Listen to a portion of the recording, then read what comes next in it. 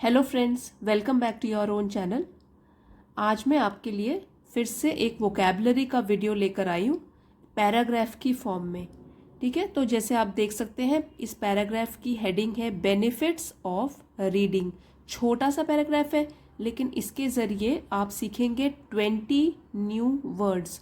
तो ये जो 20 वर्ड्स हैं ये डिफ़िकल्ट है और इसकी इंग्लिश मीनिंग हिंदी मीनिंग साथ में दूंगी मैं आपको। इसके अलावा पैराग्राफ की भी एक्सप्लेनेशन करूंगी। अच्छा टॉपिक है बेनिफिट्स ऑफ रीडिंग, जो कि आप भी अगर इस चैनल से जुड़े हैं, यहाँ पे रीडिंग के videos, story reading, paragraph reading, passage और भी कई तरीके के वीडियोस हैं, आप प्लेलिस्ट में जाके देख सकते हैं। और basic level plus advance level दोनों लेवल्स के हैं, तो आप अपने अकॉर्डिंग जो भी आपको देखना पसंद है आप देख सकते हैं। और सेम जो ये वीडियो है इसका पीडीएफ फॉर्म आपको टेलीग्राम चैनल पे मिल जाएगा। तो हर एक, जैसे आज होता है तो 2 डेज़ के बाद मैं पोस्ट कर देती हूँ।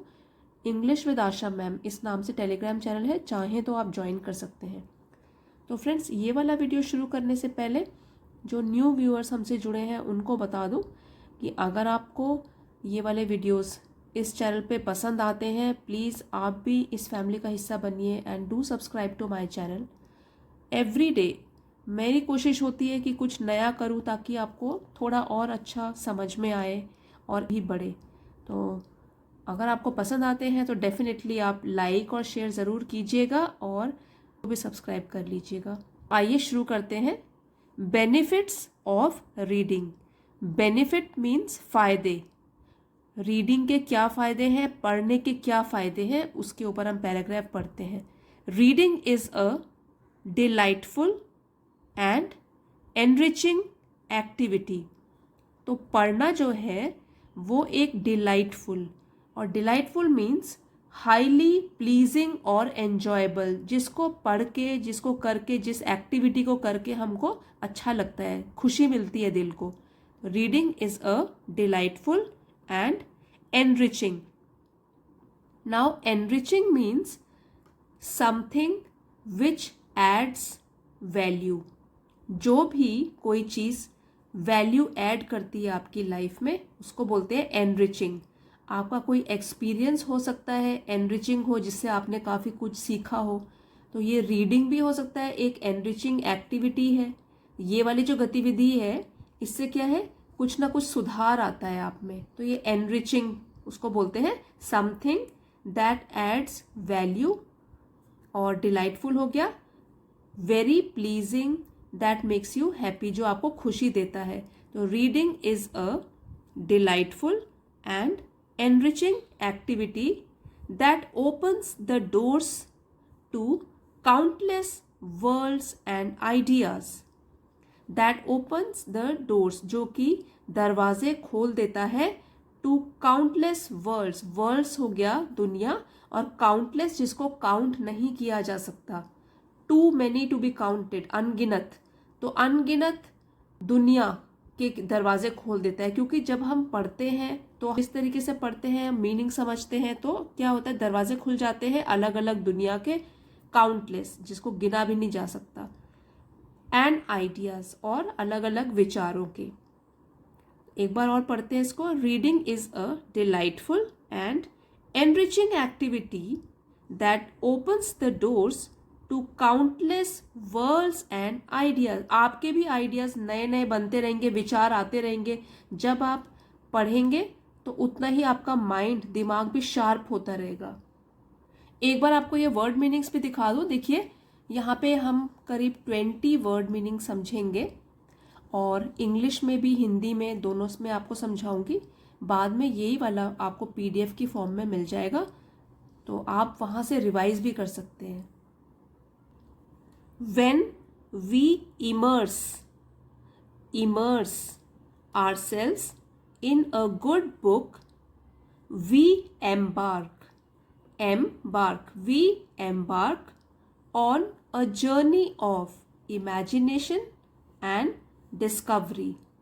Immerse का मतलब होता है डूब जाना, to involve yourself completely in something, अपने आप को किसी चीज़ में डुबो देना पूरी तरीके से। और एम्बार्क है टू बिगिन अ जर्नी, कोई भी नई यात्रा पर निकलना, नई यात्रा शुरू करना, ठीक है, वी एम्बार्क।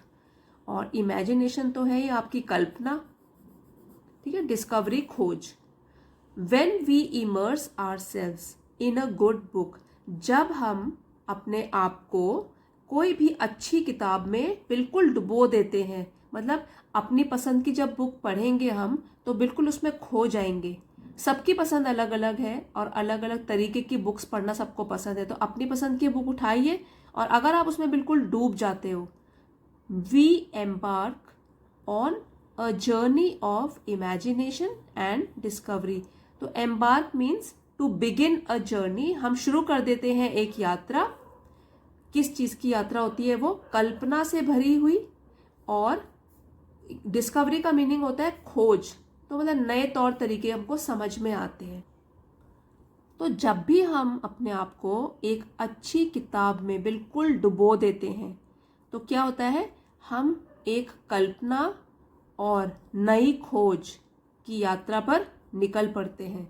आप भी याद करो, अगर आपने अपनी पसंद की कुछ बुक्स स्कूल में पढ़ी हैं और स्टोरी आपको बहुत इंटरेस्टिंग लगी हो, तो कभी कभी हम अपने आप को रिलेट करने लग जाते हैं उन्हीं पात्रों से जो कैरेक्टर्स दिए गए होते हैं स्टोरी में।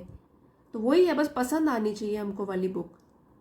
It's a wonderful way to expand our vocabulary. अब इट्स मतलब रीडिंग के लिए बोला गया है। ए वंडरफुल वे, एक बहुत ही अच्छा तरीका है, निराला तरीका है, टू एक्सपैंड।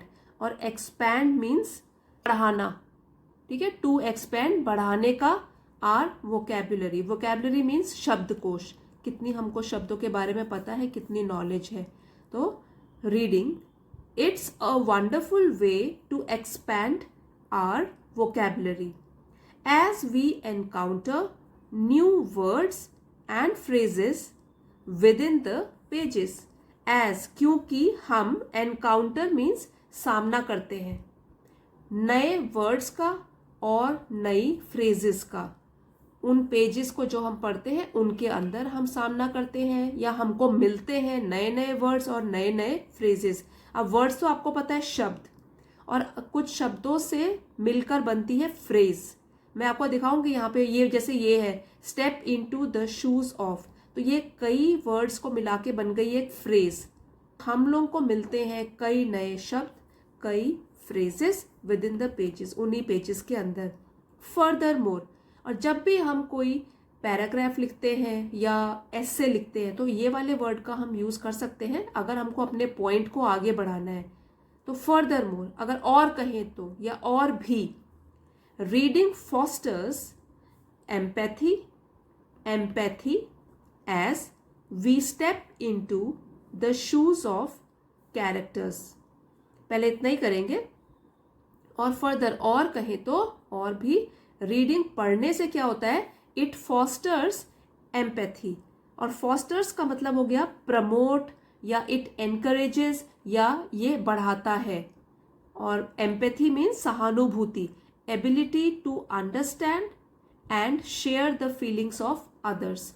अब ये एम्पैथी क्यों आ जाती है हमें, क्योंकि जो भी हम पढ़ रहे हैं, अगर हम स्टोरी पढ़ रहे हैं तो उसमें अलग अलग पात्र हैं। हमको हो सकता है कोई एक कैरेक्टर अच्छा लगता हो तो सिंपैथी आ जाती है उसकी तरफ, एम्पैथी, हम सहानुभूति पूर्वक रवैया उसकी तरफ रखने लग जाते हैं। तो रीडिंग से क्या होता है, it fosters empathy as we step into the shoes of characters. क्योंकि हम जब पढ़ते हैं उसको तो स्टेप इनटू द शूज, ये एक फ्रेज है और जिसका मतलब है कि दूसरे के नज़रिए को भी देखना शुरू कर देते हैं, उसके शूज में फिट होने की कोशिश करते हैं। Step into the shoes of, और जब उसके नज़रिए से जिंदगी को देखते हैं, किसी दूसरे के नज़रिए से देखना। तो step into the shoes of character, जो भी हम पात्र पढ़ रहे हैं जिसके बारे में स्टोरी है, तो हम we step into the shoes of that character and gain insight into different perspectives. और गेन मतलब बढ़ाते हैं अपनी insight. Insight means deep understanding of what somebody is like. तो एक बार फिर से पढ़ेंगे, we gain insight into different perspectives. तो तो हमको मिलता है इंसाइट, और आपको इंसाइट अभी बताया था, गहरी जानकारी इनटू डिफरेंट पर्सपेक्टिव्स, अलग अलग नजरिए। पर्सपेक्टिव मीन्स नजरिया, दृष्टिकोण।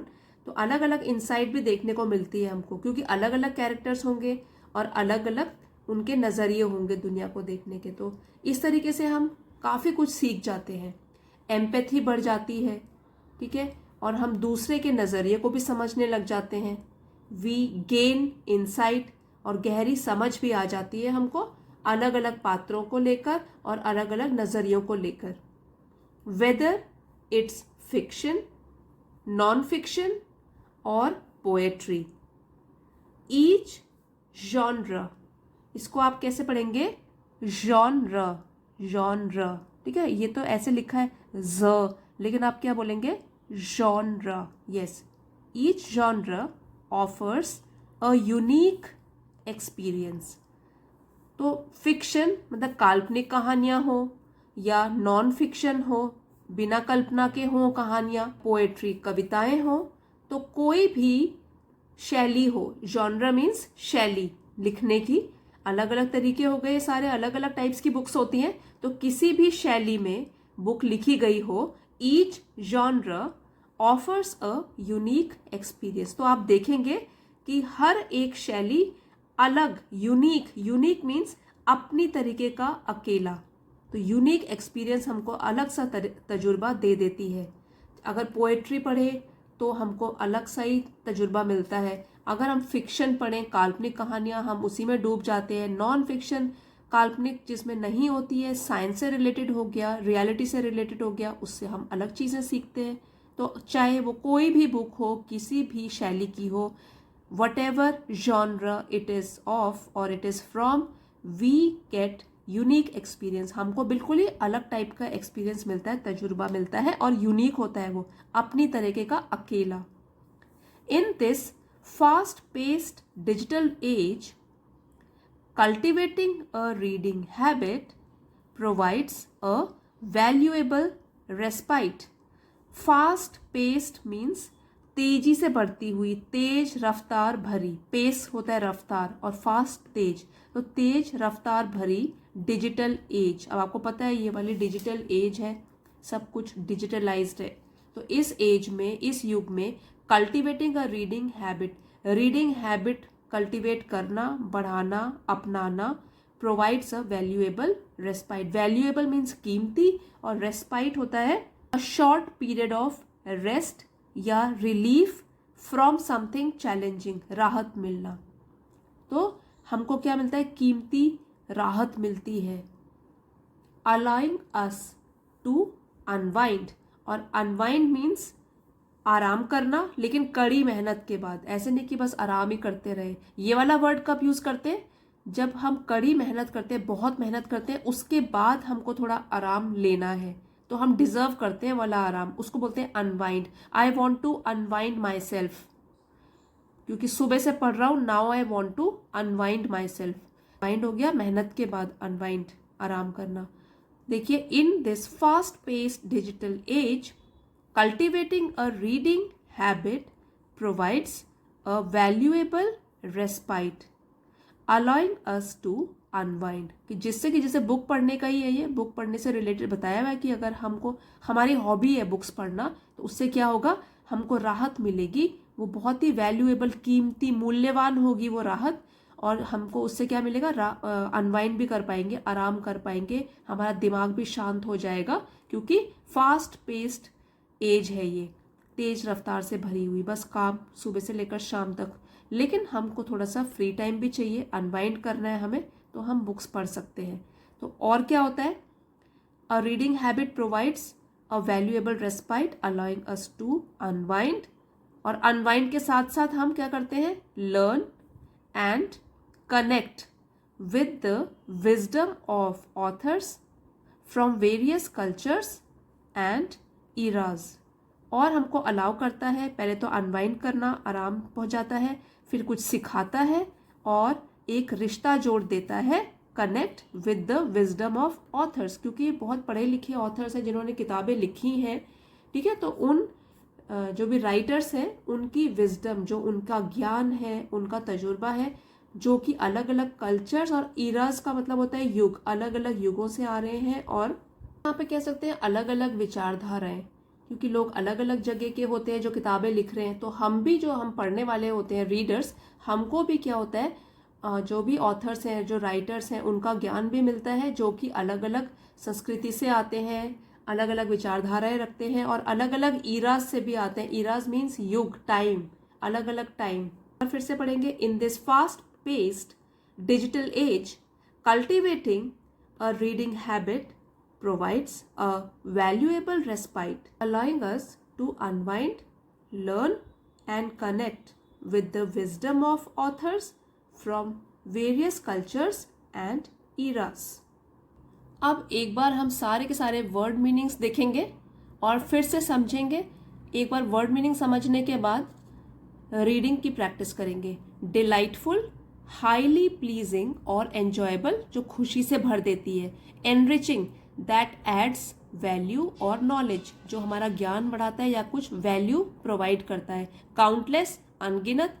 इमर्स, बिल्कुल डूब जाना। To involve yourself completely in something so that you give it all your attention, बिल्कुल ही डूब जाना किसी चीज में। Embark, to begin a journey, नई यात्रा पर निकलना। एक्सपैंड, बढ़ाना। एनकाउंटर, आमना सामना होना। फर्दर मोर, और भी। फॉस्टर्स, बढ़ाता है। एम्पैथी, सहानुभूति।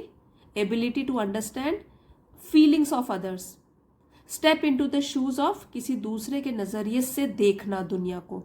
इनसाइट, आपको बताया था, डीप अंडरस्टैंडिंग, गहरी जानकारी। पर्सपेक्टिव, नजरिया। जॉनरा, शैली, रेफरिंग टू अ कैटेगरी और टाइप ऑफ लिटरेचर और art.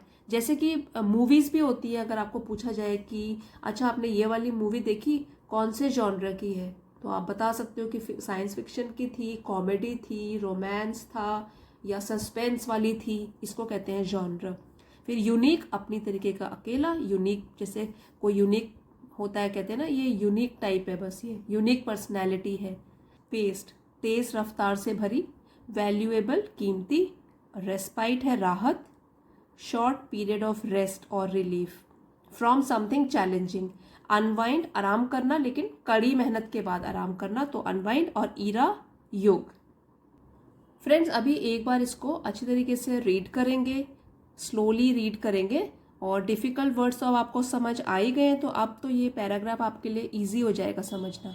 Benefits of reading. Reading is a delightful and enriching activity that opens the doors to countless worlds and ideas.